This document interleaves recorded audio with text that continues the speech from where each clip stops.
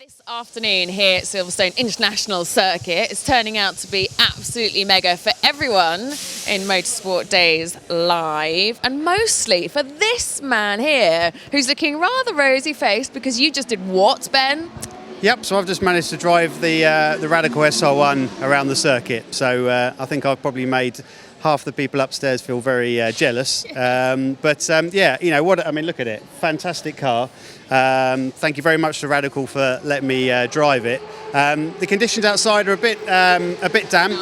Yeah, it's kind of usually you prefer it either to be wet or dry. That bit in between when it's a bit slippery isn't always great. But I mean, what a car! I mean, it just absolutely. Have you driven the Radical before? A long time ago, probably about 10 years ago or something like that.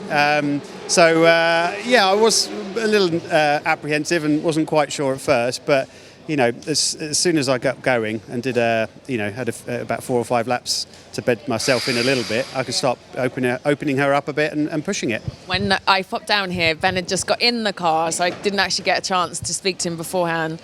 You literally just even driving out gave me goosebumps. The sound of it's just awesome, isn't it? Oh, absolutely. It is really quite the animal. I mean, I was just saying earlier that although it's the entry level part of Radical, when I've driven other entry level manufacturers, for example, you've always come away a little bit shortchanged. You want to get into the bigger brother, much quicker. But with this, it just had so much more left for me to want to jump back in it again and get going. Don't get me wrong, I'm very excited to drive anything else. I was just about to say, would you like to drive the bigger brother as well, though? Absolutely, but that left me wanting more. So that's absolute hats off for Radical.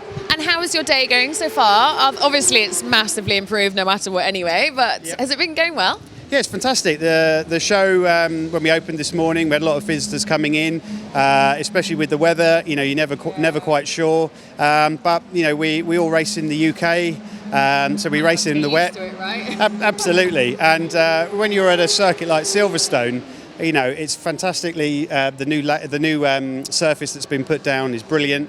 Thoroughly enjoyed it, and the show, we've had great numbers through the doors, a lot of very happy exhibitors upstairs, and all the garages too. The atmosphere down here, I've spent the day in the garages, and it's just been, it's like being in a really, really friendly paddock. Yeah. It's really nice down here, and everyone's getting on well, and having a lot of sweets, a lot of chocolates. But it's really good, really, really good place for all of the teams and different championships to be, for sure. Absolutely, yeah. It's the thing that we wanted to create, that live environment, so that there is nothing worse than having exhibition centres with the cars sitting there static. Yeah. You can't really get a lot from that to see if you want to race that the following season. But by having the cars here available to test drive, people can go out in it, get that enjoyment that I've had, and then put themselves down to race them next year.